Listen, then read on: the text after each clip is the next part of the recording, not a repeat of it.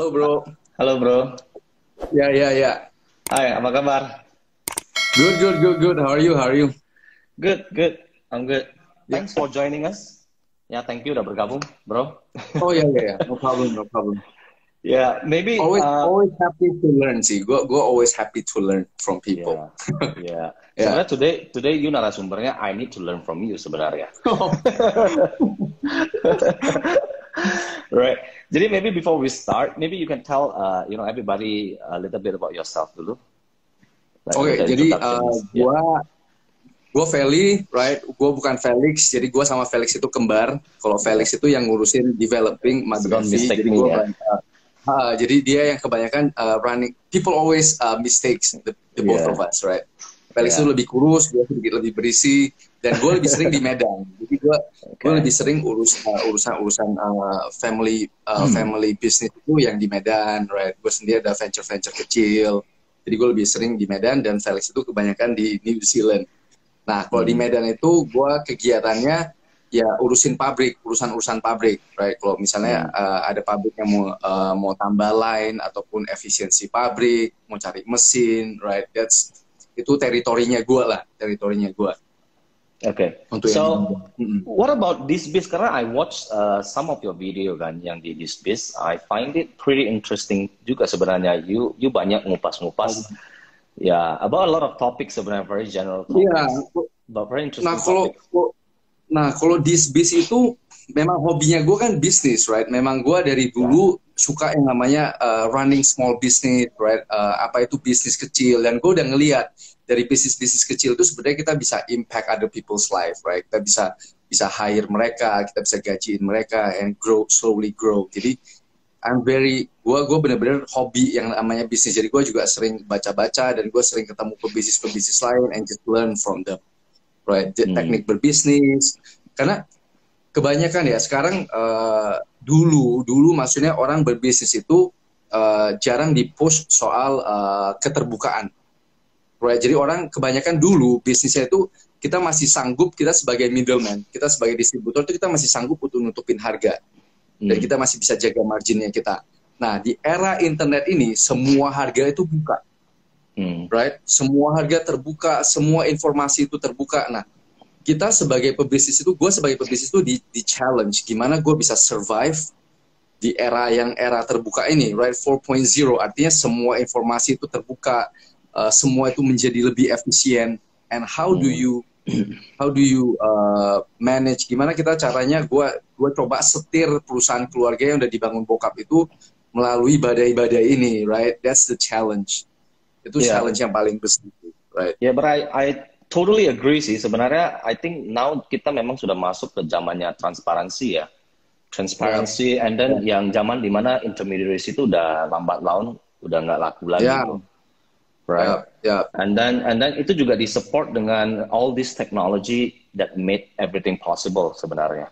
Jadi there's a lot of technology yang sekarang lagi mungkin sedang dibahas, not just on an individual level, but maybe also corporate level, even on government level, mereka juga sedang lagi explore what is the technology gitu loh untuk menunjang yang namanya era 4.0 gitu.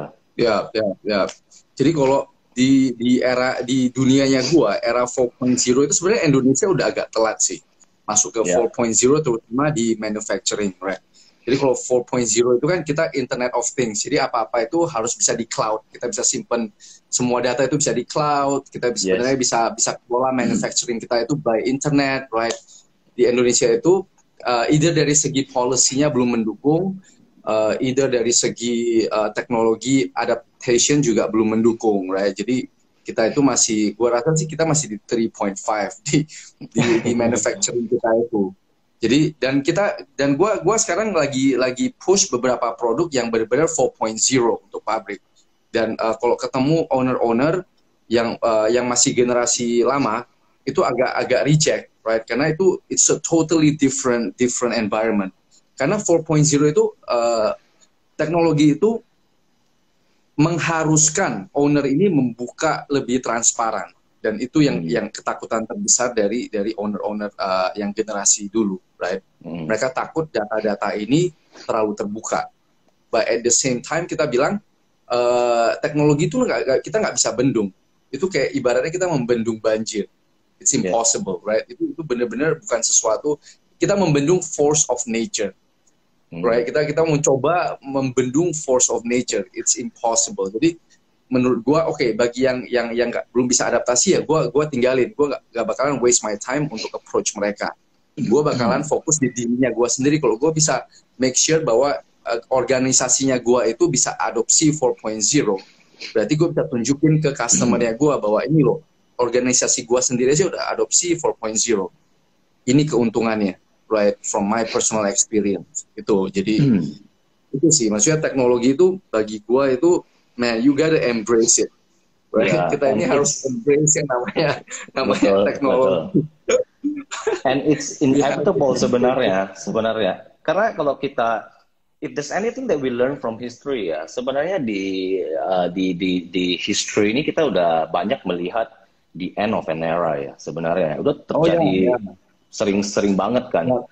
Nah, in every era itu pada saat shifting ya, pada saat itu in transition from one era to another era, itu pasti banyak sekali challenges people rejecting the whole thing lah gitu lah. Nah, cuman maybe what do you think is the different gitu loh from, I mean like kan kita udah mark ini, kita udah 4.0, berarti that means we have 1.0, we have 2.0, we have 3.0, right? So what is the difference yang sekarang kita mau masuk dari 3.0 or maybe 3.5, right, to 4.0 nih? What is the apa yang berbeda dengan era-era sebelumnya menurut bro? Sebenarnya yang paling ngeri ini adalah 5G technology, right? 5G itu artinya 100 kali lebih cepat dari 4G. Ya kan? Jadi kita internet 5G itu adalah kecepatan internet itu 100 kali dari internet yang sekarang. Jadi kita bisa bayangin nih, kita bisa ambil 100 kali informasi lebih banyak dan lebih cepat. Artinya kita udah bisa 3D. Kita udah bukan 2D lagi. Kita bisa bayangin, kita punya 3D ini, kita bisa ada scanner, kita bisa talk like real person, like hologram, with a really, really nice face, dan begitu banyak informasi dan detail. Itu 5.0. Itu kayak virtual reality ya, in a way. Yeah, virtual reality is coming. Jadi kalau gue sampai merinding. Kalau kita di Indonesia itu nggak embrace yang namanya 4.0, ataupun kita itu nggak aware. Kita sebagai orang Indonesia itu nggak aware yang namanya 4.0, dan kita masih stuck di zaman dulu, right? Kita masih stuck di tahun 90, kita masih stuck di awal 2000. Nah, kita itu bakalan kena a rude awakening. Kita bakalan digampar sama force of nature, man. Dan gue udah lihat, maksudnya kita bisa lihat kenapa barang-barang di China itu begitu murah. Ya karena efisiensinya begitu tinggi, right? Gimana efisiensi begitu tinggi? Karena dia orang itu embrace yang namanya internet and technology, right? Itu yang kita nggak boleh reject, right? Teknologi itu kita itu as people, kita harus bisa use that technology untuk cari uang, right? Kita harus bisa productive using technology. Itu yang kadang gue harus kasih tahu staffnya gue juga. Lu orang harus bisa ngerti, harus bisa pakai Dropbox, Facebook group. Kita harus improve terus, right? Kita harus improve terus. Even little things, right? Even little WhatsApp group, right? Kita harus bisa pakai Dropbox. How do you utilize Dropbox? How do you utilize CSL, right? Semua database itu kita harus bisa pelajari sebelum. Maksudnya kita sendiri harus bisa improve on those little things, right? Karena man, 5.0 coming, we are gone. Yeah, and interestingly, this happens. Sebenarnya ini bukan happen sekarang sih menurut saya. Ini memang era 4.0 happen before even COVID, gitu lah. Tapi why during this COVID itu people talk about it a lot more than before, gitu. Nah, jadi sebenarnya, what do you think is the relevancy now during COVID dengan the needs to change? Iya, itu ibaratnya ya kita nggak bisa ketemu orang, right? Kita harus putar otak gimana kita harus bisa pakai teknologi ini supaya kita bisa ketemu orang, supaya kita bisa seal the deal, supaya kita bisa berbisnis pakai teknologi. Nah, itu kayak apa ya? Kayak sekarang semua pabrik kita nggak boleh ketemu, right? Kita nggak boleh kayak pabrik-pabrik gede yang gue mau ketemuin, mereka masih batasin tamu yang bisa berkunjung. Begitu kita batasin tamu yang berkunjung, berarti kan kita nggak bisa ngomong ke user, kita nggak bisa ketemu tatap muka, kita nggak bisa build that connection, right? Gimana caranya kita pakai teknologi to build that connection? Gimana kita bisa learn to build that connection? Kalau enggak, man, kok, gila sih, gue gak bisa kebayang. Kita bakal terlindas. Ya, sekarang maksudnya, susah sih. Kalau dan ini bisa berasa sih. Kalau dari dunianya gue, sekarang gue itu berkompetisi dengan pemain-pemain lama, right? Generasi bokap segala macam. Jadi orang itu kadang kayak grup-grup besar ya, gue gak bisa sebut perusahaan besar, tapi grup besar itu lebih suka deal sama gue. Ya salah satunya itu, gue bisa pakai teknologi to improve their lives. Pada saat mereka mau commissioning, oke Pak, kita video call.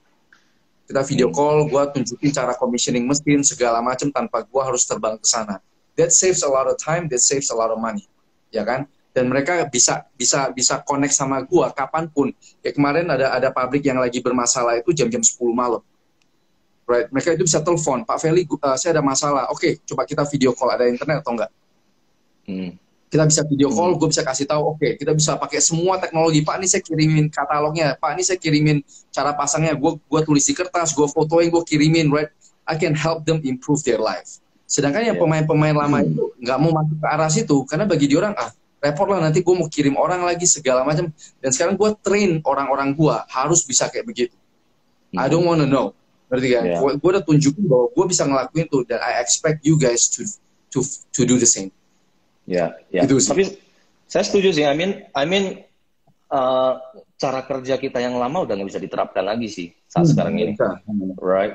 Apalagi during COVID ya. I think COVID serves as a tools ya gitu. Kayak sebenarnya semua hal ini, ya sebenarnya kita sedang diakselerasi karena adanya COVID ini sebenarnya gitu loh.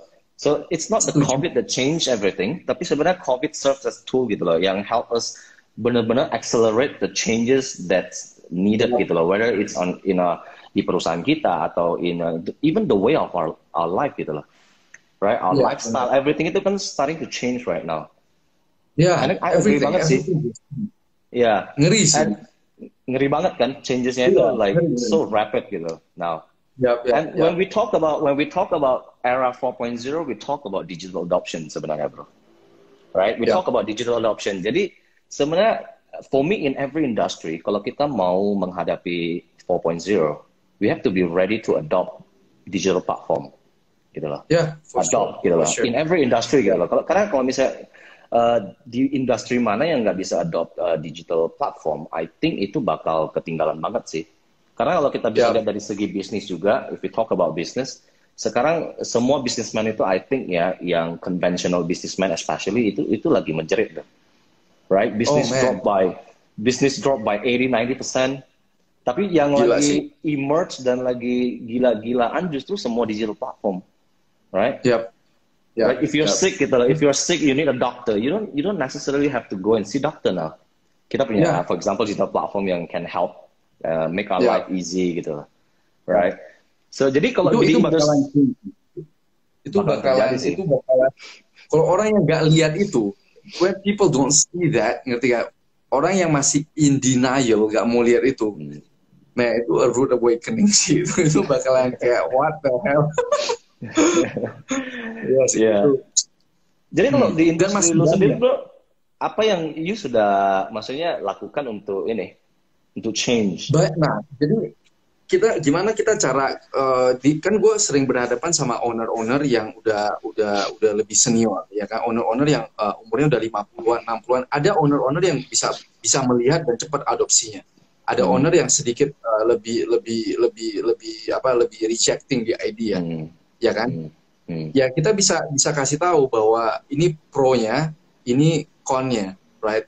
Dan contoh yang paling gampang ya, ada satu produk kalau ini sedikit lebih teknis, namanya VS motor, itu variable speed motor.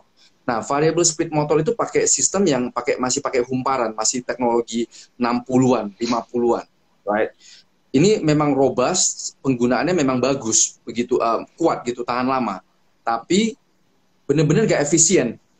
Jadi kalau kita contoh, kita ambil kemarin hitungannya berapa ya? Gue lupa, yang 5 HP itu mereka itu bisa menghabiskan uang 20 juta per bulan hanya menjalankan motor ini.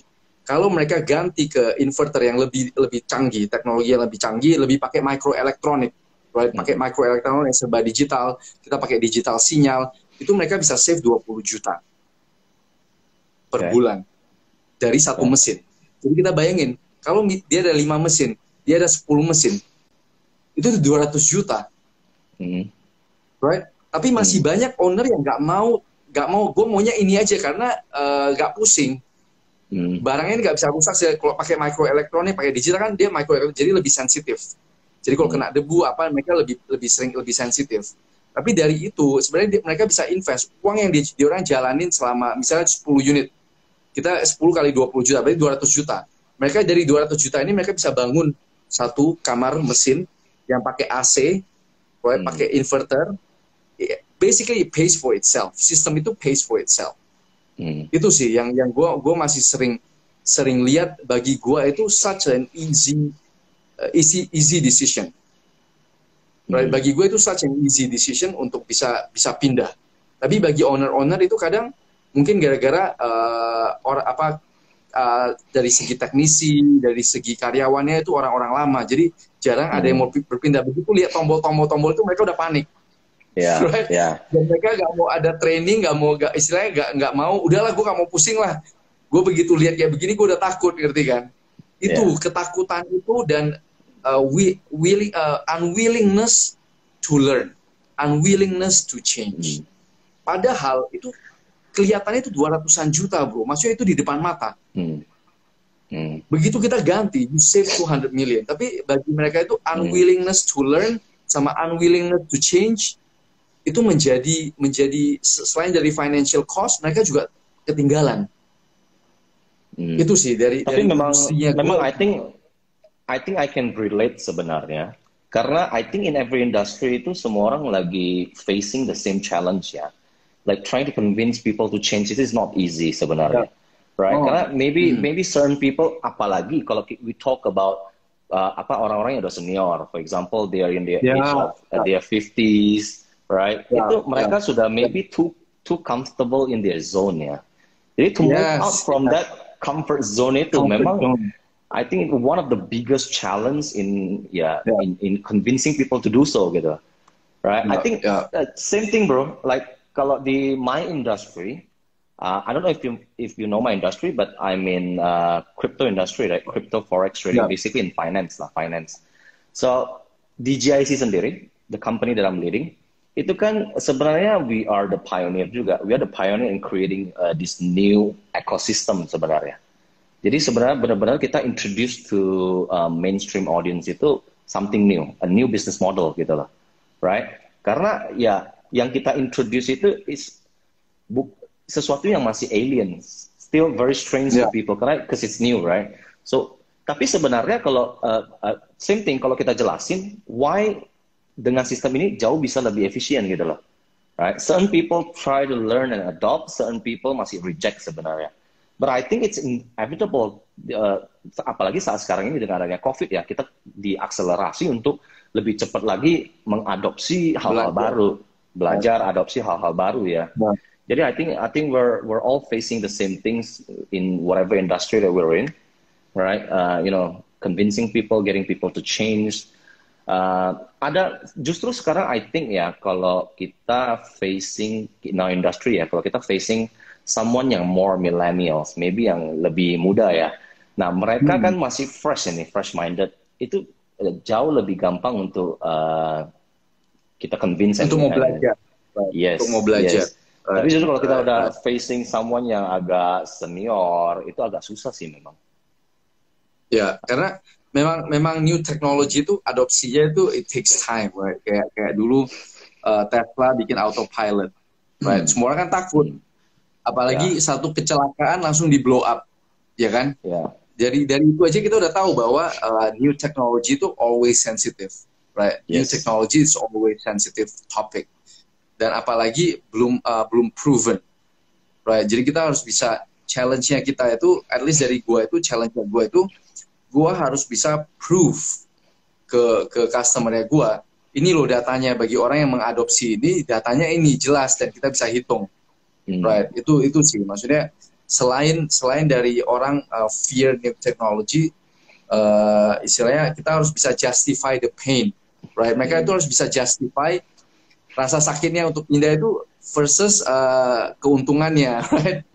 Jadi kita harus bisa approach, at least dari gua juga harus bisa approach ke customer bahwa oke, ini loh pain lu segini, tapi reward lu segini. Right, itu yang gua rasa kita ini yang yang coba menjual sebuah teknologi itu harus fokus on. Yeah. And maybe untuk short term, I think that's a lot easier to do ya, in justifying okay what's the advantage and what's the disadvantage sebenarnya. Tapi on a bigger picture, kalau misalnya kita berbicara on a bigger picture, somehow we need to educate people. Karena for example ya, in terms of technology, apalagi di era 4.0, artificial intelligence is coming, gitu, right? When artificial intelligence comes, ini kan bakal replace like human role kan, apalagi di industri gitu loh. It will eliminate a lot of human like role in whatever industry gitu loh. Nah, people need to know that. I feel that people need to know that gitu loh. We need to educate people. Kalau misalnya sebenarnya ya, kalau gue potong sedikit soal artificial intelligence, ini yang ranah di mana dulu kita pikir bahwa artificial intelligence itu bakalan replace human beings, right? Kita bakal pikir bahwa mundane things itu bakalan di replace sama artificial intelligence. But in reality, gue udah lihat grup-grup gede kayak Java, Indofood, mereka udah pakai yang namanya robot, right? Mesin-mesinnya udah pada robotik semua. Jadi malah sekarang orang bilang bahwa argumennya bahwa artificial intelligence itu bukan replacing orang, tapi artificial intelligence itu helping people and reach people. Jadi kita bisa ngerjain sesuatu yang lebih, yang otak kita sebenarnya desain untuk melakukan sesuatu yang lebih, right? Itu yang kita harus tahu, bahwa kenapa kita harus embrace technology as fast as possible, karena artificial intelligence sama teknologi itu making us way better. Right, kita bisa mengerjakan lebih banyak lagi dengan energi yang lebih singkat dengan artificial intelligence itu. Yes, I think that's a good point sih. I think that's a good point. Jadi the way to see artificial intelligence itu, instead of mereka melihat itu untuk replace human role, mereka melihat itu di standpoint di mana itu justru lebih membantu kinerjanya human. But there's one thing that is we need to keep in mind is, justru role yang digantikan oleh artificial intelligence ini, that means it push human being itu to be better, right? Not to do things that those robots do gitu loh. Jadi berarti kan ada shifting, that means kita harus upgrade diri kita gitu loh. Kita harus get ready, prepare ourselves gitu loh. Kita harus anticipate what's coming gitu loh. Karena kalau di era 4.0, a lot of people talk about what industry is gonna be sustainable, what's not gitu. Banyak sekali kan. Jadi kayak memang benar-benar ada yang di-replace, ada yang memang di-upgrade gitu loh. Ya. Right. Contohnya begini tuh, yang paling jelas ya di feed mill ya. Feed mill itu yang pakai robot. Ada satu feed mill, gue gak bisa sebut namanya, nanti gue diributin, right? Itu feed mill yang pakai robot. Itu jadi tugasnya robot ini cuma untuk ambil sak aja. Right? Sak turun, dia bisa kerja 24 jam pindahin sak. Right? Jadi dengan adanya robot ini satu, dia pindahin sak, 20 orang buruh berubah kerjaannya. Right? Jadi siapa yang nggak mau berubah? Buruh mana yang nggak mau berubah? Nggak mau belajar teknis, nggak mau belajar ADM, nggak mau belajar apa? Automatically gone. Ya. Kalau dia nggak upgrade diri mereka, ya automatically udah nggak dibutuhkan karena udah di replace gitu jadinya. Iya. Itu jelas sekali sih. Iya, itu jelas sekali sih. Waktu gue lihat mesin, Gue itu begitu gue lihat, wow, ini pabrik ini satu-satunya di Medan yang pakai robot, right? Pakai robot itu, dan gue tanya kepala pabriknya, Pak, dengan ada ini berapa orang yang biasa kerjain ini dipindahkan? 20 orang. Right? Jadi orang-orang yang nggak mau belajar, orang-orang yang nggak mau pindah divisi, ya automatically gone. right? Jadi itu kita harus benar-benar aware sama yang namanya artificial intelligence, yang namanya robot, right? Namanya teknologi, you gotta embrace it. Yeah, exactly. Yeah. Exactly. Yeah. Nah, Yeah. I want to talk a little bit about digital platform ya, in terms of, for example, in terms of business gitu loh, business in terms of finance gitu loh. Yeah. Jadi sebenarnya saat sekarang ini dengan adanya policy dari government like physical distancing, right? Kita nggak bisa do business kayak dulu kan, kita bisa ketemu clients, right? And then a lot of transactions juga udah done digitally gitu loh. Kita udah avoid the usage of physical money, right?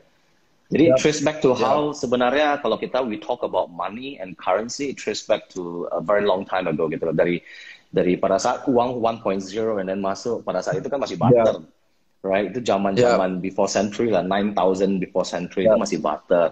And then kita masuk ke era 2.0, money 2.0 pada saat itu kan China dia create satu replika. Replika. Jadi kalau dulu barter itu kan ribet. Kalau gua mau barter sapi dengan tanah, gua kan nggak mungkin gua bawa ini kan ribet banget. Jadi mereka create satu replika. Itu marks the era of 2.0. And then we're now in era 3.0 sebenarnya, in transitions. Yang dimana pada saat itu kan muncul yang namanya standard coin minting gitu loh. Jadi yang muncul koin yang ada gambar rajanya, even now yang kayak uang kertas yang ada gambar presiden dan sebagainya kan. Nah, kemudian now justru di era 4.0 ini kan people try to avoid the usage of uang kertas gitu loh. Jadi mereka try to go digital. Jadi payment juga digital. And sebenarnya kita bisa lihat ya, I think di seluruh dunia on government level itu they are already trying to create their own digital money. Kayak China, Russia, even Singapore, gitu. And just the other day sebenarnya ada satu narasumber saya, just the other day before you sebenarnya, I talked to the founder of Rupiah Token juga, one of the cryptocurrency, gitu. Jadi we talk about sebenarnya seberapa ready sih market kita di Indonesia gitu lah ya, in terms of sumber daya manusianya dan marketnya untuk menghadapi era 4.0. What do you think, bro? In adopting all this. Gue lihat maksudnya orang-orang bagi yang mau belajar easily, the transition is quite easy and painless, right? Bagi orang yang mau mengadopsi, kayak staff gue yang masih muda, bagi orang gampang aja, right, untuk adopsi new technology, right? Gue tinggal lu coba pelajarin di YouTube ini gimana caranya, itu kayak easily. Cuman policy-nya itu dari government, right?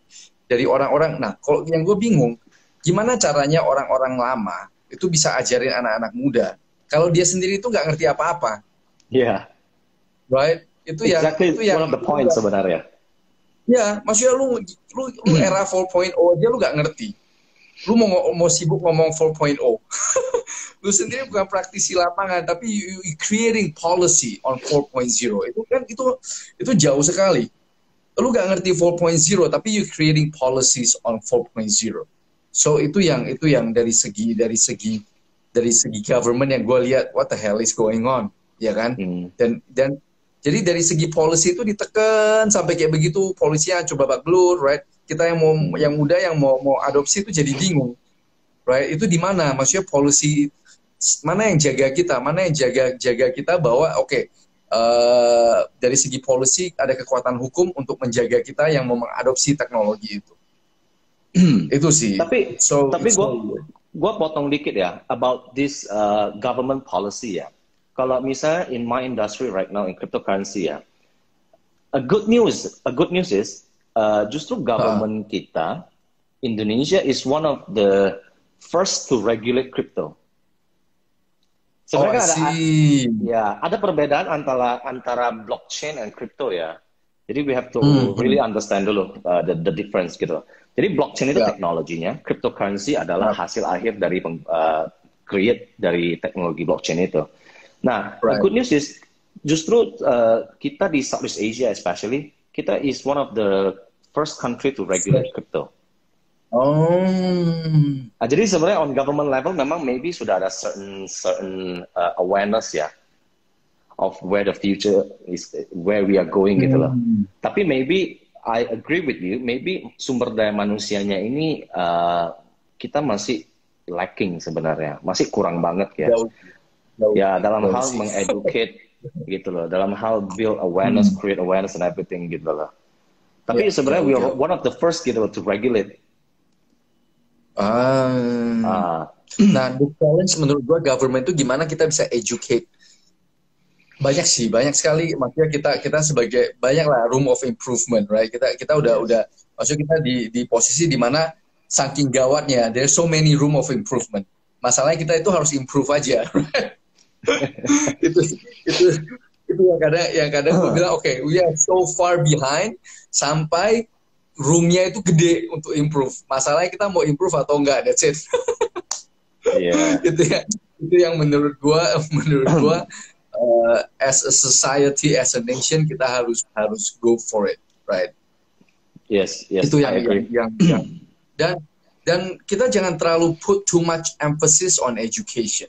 Yang gue lihat ya, kadang gara-gara kayak gini nih, gara-gara gue gak punya degree, gue lulusan SMA, kadang gue bukan sekolah ini, jadi mereka udah block mindsetnya mereka bahwa gue gak bakalan ngerti.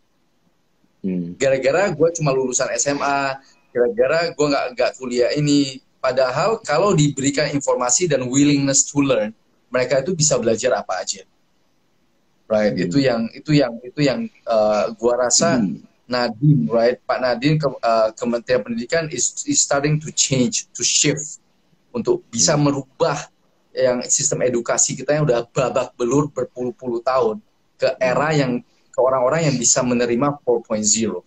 Gua rasa itu yang harus dihancurin. Gara-gara gue bukan lulusan SMA, gue nggak bisa belajar. No, itu mental block yang kita harus buang jauh-jauh. Karena contohnya bro, di labnya gue sekarang, gue hire mantan yang bantu gue di kitchen.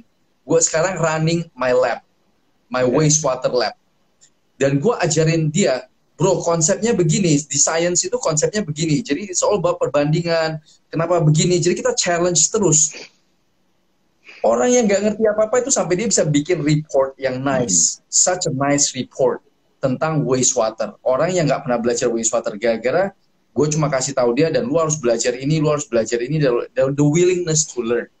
Itu sih, itu yang kita sebagai orang yang punya influence harus kasih tahu itu.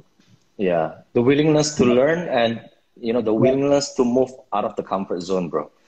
Yes. Karena the same thing sebenarnya waktu gua start GIC, like I said, sebenarnya kan kita udah apply like blockchain technology.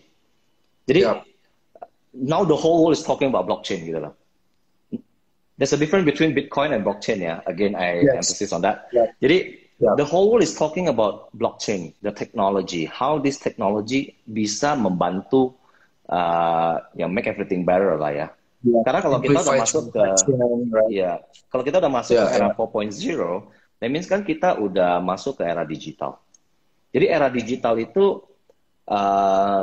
ini revolves around yang namanya kalau banking system, kalau sistem moneter kita, berarti itu revolves around, kalau 3.0 kan kita punya central bank, right? Dan 4.0 justru kenapa bisa collapse, karena people lose trust in central bank, right? Karena orang udah mulai slowly losing trust to central bank gitu loh, karena nggak percaya lagi gitu. Like for example US, mereka cetak duit aja terus without having, jadi that money itu udah nggak ada intrinsic value, nggak ada value lagi gitu loh. That money becomes currency. Jadi there's a difference between money and currency ya sebenarnya.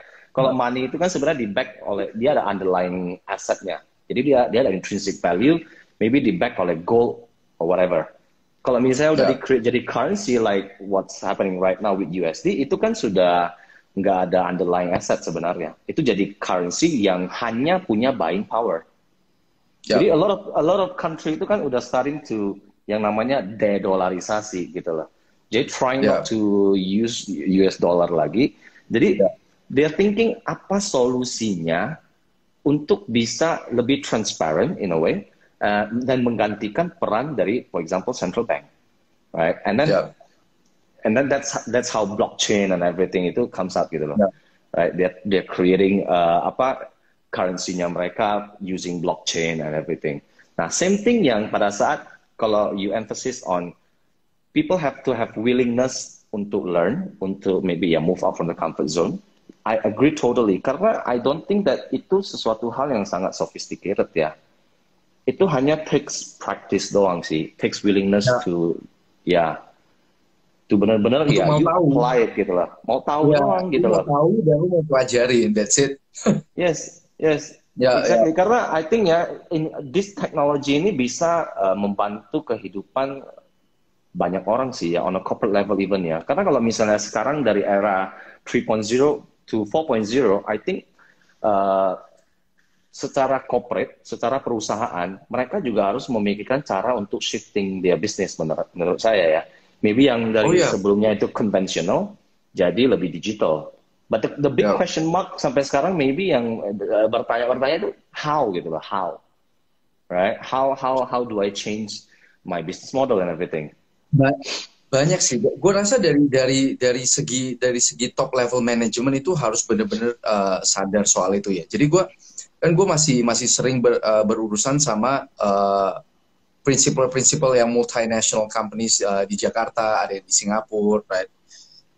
Gue lihat kadang di Singapura pun, kita ngomong di Singapura nih, yang notabene jauh lebih maju dari kita. Itu masih ada kendala dari top level management untuk implementasin yang namanya digital transformation, right? Jadi apa-apa itu kayak, oh tunggu ya barangnya itu ada di kantor, oh tunggu ya datanya itu ada di kantor, oh tunggu ya besok gue bales karena datanya itu di kantor, gue work from home gue gak bisa bales, bro.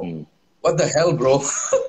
We're talking about data. You can easily digitalize all data and put it in the cloud. Dan kita bisa kasih semua access level. Oke, lu level A, lu boleh akses ini. Lu level B, lu boleh akses ini. And it's very cheap, right? Jadi top level management aja sendiri kadang di perusahaan-perusahaan multinational kayak Singapura, right? Kantor-kantor prinsipal gue yang di Singapura, itu masih kesusahan. Karena dari top level management itu gak ngelihat bahwa, oh ya ini sesuatu yang gue harus kerjain. Right? Kita ngomong Singapura. Oh sorry ya, gue harus balas karena data itu masih di kantor dan gue work from home. What the hell, bro? Dan gue semua data perusahaan gue itu gue bisa akses di handphone gue. Dan itu dari dulu waktu gue join Bokap itu 8 tahun yang lalu gue udah ngelihat bahwa we have to digitalize this.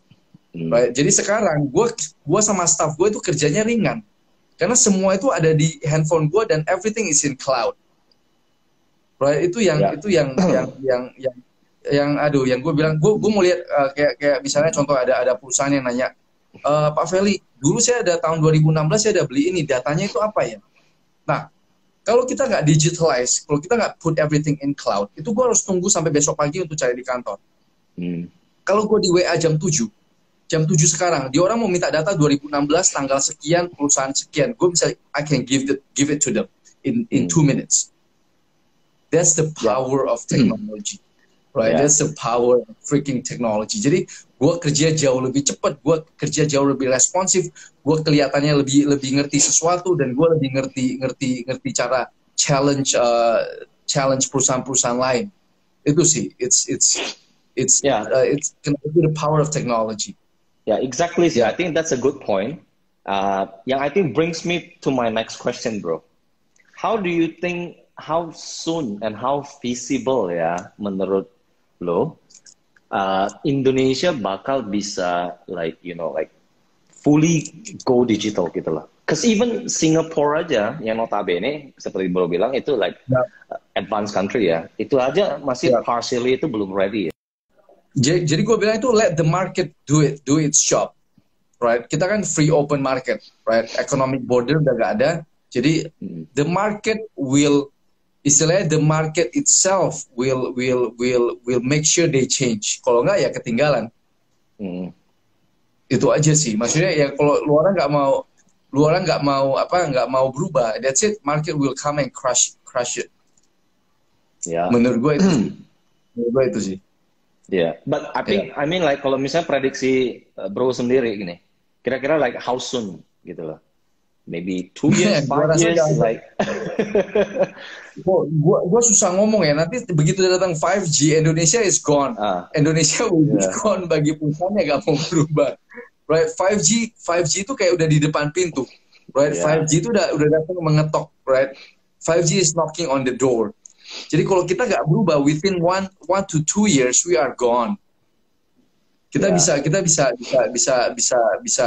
gone sih. Kita bisa benar-benar bisa gone. Dan itu gue udah lihat sih dari waktu gue ke pabrik, gue lihat Pak, mesin ini dari Thailand, mesin ini dari Malaysia, mesin ini dari China.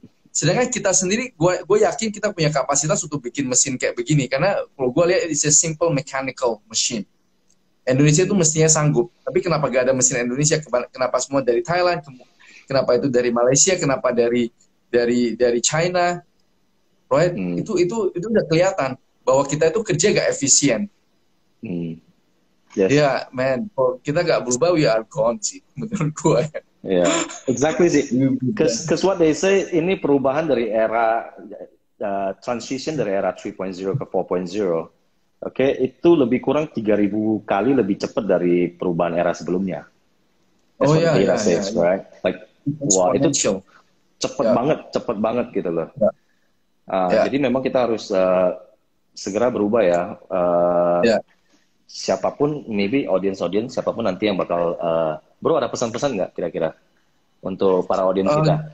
Ya bagi gua kan, we have to adopt the technology, satu.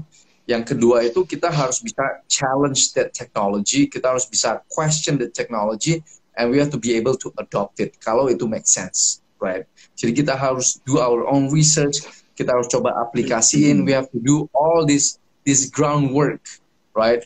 Dan kita harus dapat to some point, kita harus willing untuk change. Kalau enggak ya sama aja. Dan kalau gue sendiri udah lihat sih, maksudnya gue udah lihat bisnis-bisnis yang adopsi teknologi sama bisnis-bisnis yang gak adopsi teknologi, and bedanya jauh sekali. Bedanya itu luar biasa jauh.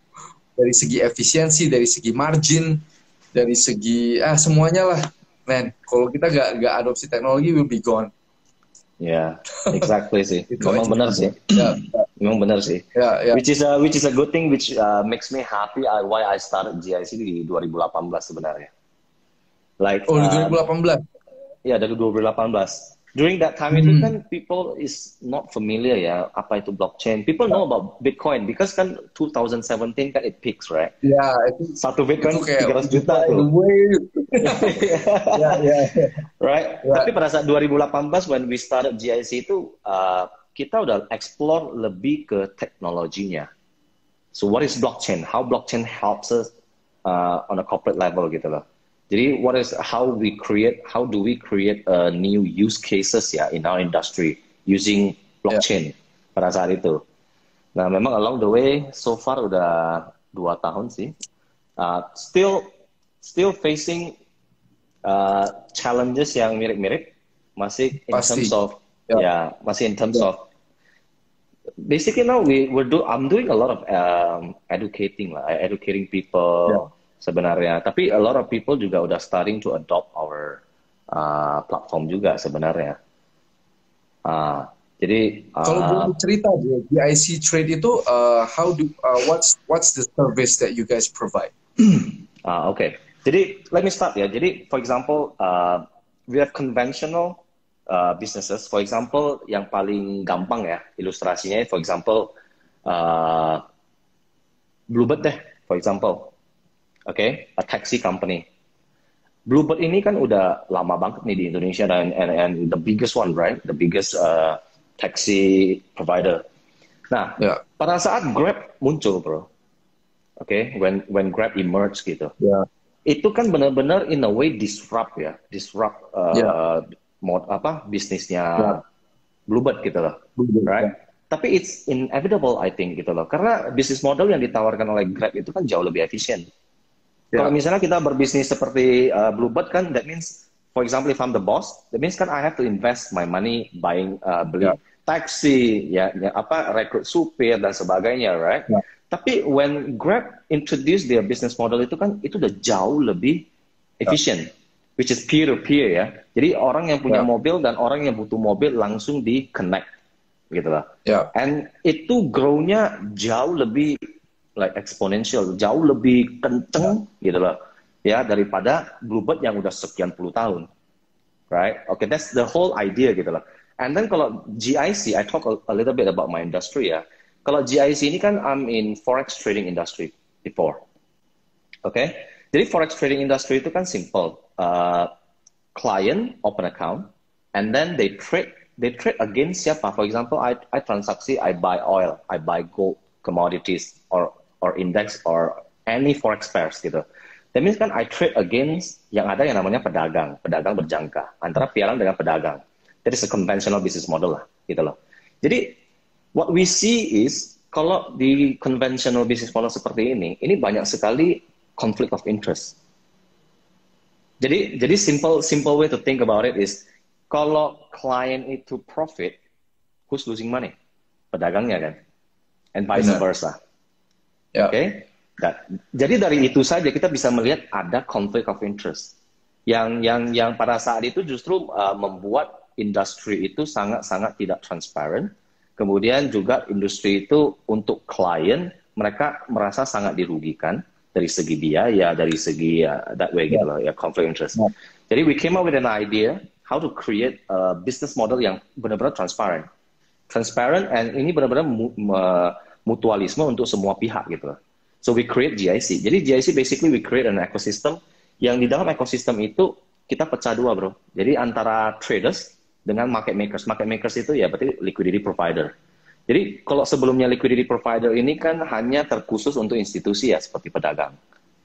But now di GIC kita buka ini menjadi peer-to-peer trading. Jadi for example anybody who invest in GIC itu they get to choose antara mereka mau trade actively or they want to trade passively. Jadi yang mau trade passively that means they become market maker. Mereka jadi market maker, they only take on trades passively. Jadi in a way benar-benar kita pecah seperti Grab gitu loh. Kita only connect driver dengan orang yang butuh mobil. Di GIC juga sama, kita connect traders dengan market makers. That way there's no conflict of interest. First. Jadi kalau misalnya udah nggak ada conflict of interest, the second thing that we eliminate itu adalah intermediaries sebenarnya. Sebenarnya selama ini di semua industri kalau ada intermediaries, semua itu kan jadi mahal ya bro ya. Karena kan di markup and everything gitu loh. Nah, itu juga kadang-kala menjadi satu kendala consumer itu buy goods itu jadi mahal.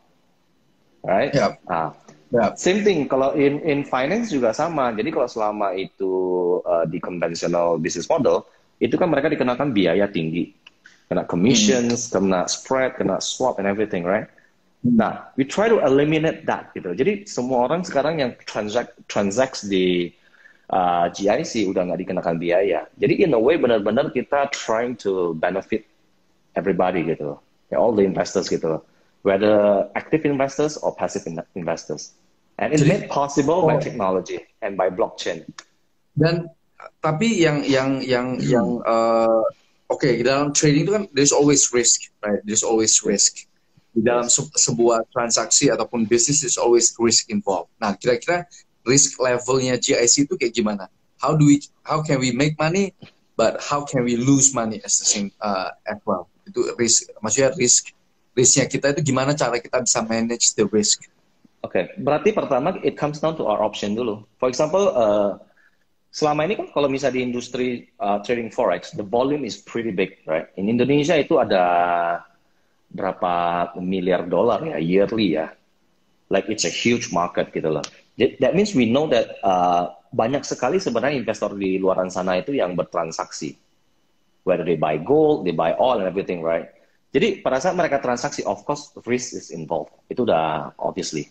Tapi we would help all these traders to minimize risknya mereka dengan cara apa? Because based on data, most of the traders that lose money itu because of the cost of transactions. Satu. Kemudian kedua, karena maybe adanya tidak transparan. Kemudian karena adanya conflict of interest. Okay? So we try to eliminate all these yang bisa yang membuat resiko untuk losing money itu besar, kita hilangkan semua. Jadi when they trade, for example, they become active trader, mereka trader di GIC, they would trade without cost. Jadi mereka Ya, benar-benar ya, trade without cost. Tapi kalau untuk setiap transaksi mereka ya itu tetap ada risk involved ya. And that is for ya, trader gitu loh. Kalau misalnya ya, untuk klien yang mereka oke, saya kurang ngerti nih, saya kurang ngerti trading gitu loh. Oke, mereka bisa bergabung di porsinya market maker. Jadi market maker basically just take on trades gitu loh. Jadi sebagai passive investor sih sebenarnya. Jadi I see, I see, I see. ya, in a simpler terms kayak you antara you yang main or you jadi kasino. Ya, ya, ya, In a way, ya, gitu ya, loh. ya, Jadi ya, benar-benar kita optionsnya itu yang milih investor sendiri gitu loh. Whether you wanna ya. trade or you wanna become passive traders gitu. Right, right, right, right, right, Ah, right. Ya sih, maksudnya itu yang gue selalu, kalau gue dalam dalam dunia gue itu gue selalu lihat the risk, right? Sebelum kita kasih penawaran, kita lihat oke, risk faktornya tinggi atau enggak. Gue deal sama perusahaan ini, risk faktornya bisa bayar atau enggak, right? There's always risk involved, dan bagi gue itu managing the risk is the key to success, right? Bukan yes. bukan cara kita ibaratnya pinter doesn't make will not make you rich, right? But how you manage your risk. Right. Exactly. Ya, itu sih. Ya, Exactly. you have to, kita harus jaga emosinya kita harus jaga segala macam, right? Kita nggak boleh terburu-buru, kita nggak boleh terburu nafsu, right? Kita nggak boleh ini, nggak boleh itu. So how you itu on a psychology level gitu loh. Tapi kalau misalnya yang udah jelas-jelas bisa jadi one of the risk ya, itu adalah cost of transaction sih. Ya, exactly. Karena kalau kita lewat broker lah, kita lewat bank lah, segala macam. Setiap keluar masuk trade, otomatis 0,18% orang right? Cost of transaction that. Exactly. Makin sering kita trade, makin tinggi costnya kita, right? Itu paling jelas. Right. Dan blockchain itu memang benar sih, maksudnya you reduce the cost of transaction. Yes, because everything is decentralized sebenarnya. Ini ada yang kebetulan pas we're talking about blockchain, ini ada yang bertanya, blockchain era 4.0 berarti tool or system ya Pak? Blockchain 4.0, I think blockchain itself itu sudah 4.0. Karena kalau misalnya 3.0, we know that di masa sekarang ini kita kan 3.0 ya, masih in transitions gitu loh. We need central bank gitu loh, semua. Tapi kalau kita udah masuk ke 4.0, karena di 3.0 everything is still centralized. Semua centralized di satu central bank, for example. Jadi when one central bank collapses, the whole thing collapse with it, right? Jadi itu yang kenapa one of the reason kenapa orang mau shift dari 3.0 ke 4.0. Because people don't want things to be centralized anymore. People want things to be decentralized. Jadi itulah peran blockchain di era 4.0. Jadi I think blockchain itself itu udah 4.0 gitu loh. Everything is decentralized. I hope that answers itu jawaban untuk Bro Tandri ya, Tandri. Thanks for asking anyway. So, jadi yang penting sih, maksudnya blockchain itu juga kita juga udah tahu bahwa it's adopted by big bank sekarang, right? Teknologinya juga udah diadopsi sama big bank karena itu reduce their lead time untuk administrative work, right? Untuk apa? Ya pokoknya you reduce dengan teknologi, intinya kita bisa hemat waktu dan hemat uang. Intinya begitu. Any kind of technology, any kind of successful technology, ya intinya begitu. Gimana kita bisa hemat waktu dan gimana kita bisa hemat uang. Kita bisa eliminate intermediaries lah sebenarnya. Yes. Sekarang gue berasa sekali sih dengan era keterbukaan ini, right? Everybody can check the price, right? Jadi orang merasa bilang, bro lu jualan teko sekarang harganya terang sekali.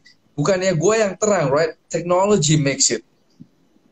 Right, jadi kita yang middleman yang nggak punya value, it becomes very hard to make money. Jadi kita harus bisa grow, right? Dan gue juga harus grow, right? Gue juga di push untuk bisa grow karena technology makes everything transparent. Jadi gimana gue cara bisa dapetin duit? Kalau dulu kita dapetin duit dengan menutup-tutupin informasi, right? Karena informasi udah terbuka, gimana kita bisa provide value? Ya dengan belajar teknologi, gimana kita bisa improve our customers' life. Yes. Itu And sih. provide the best That's- service lah. Provide the best service, the best platform, you know, Yeah. decrease the cost, Efficiency. everything. Yes, exactly. Ya, That's the whole itu thing. sih. Ya. Thanks for joining. Thanks for Ya, joining. ya, thank you bagi teman-teman yang udah join. Yeah, Appreciate it. thank you everybody yang udah join. Thanks Bro Feli juga udah joining me Yeah. today in our live session. Maybe I'll see you again next time, bro. And then we talk about Yeah. something else. Oh yes, for sure. Thank you, bro. Thank you. Okay, thank you. I see you Yeah, again. yeah. Thank you. All right, bye.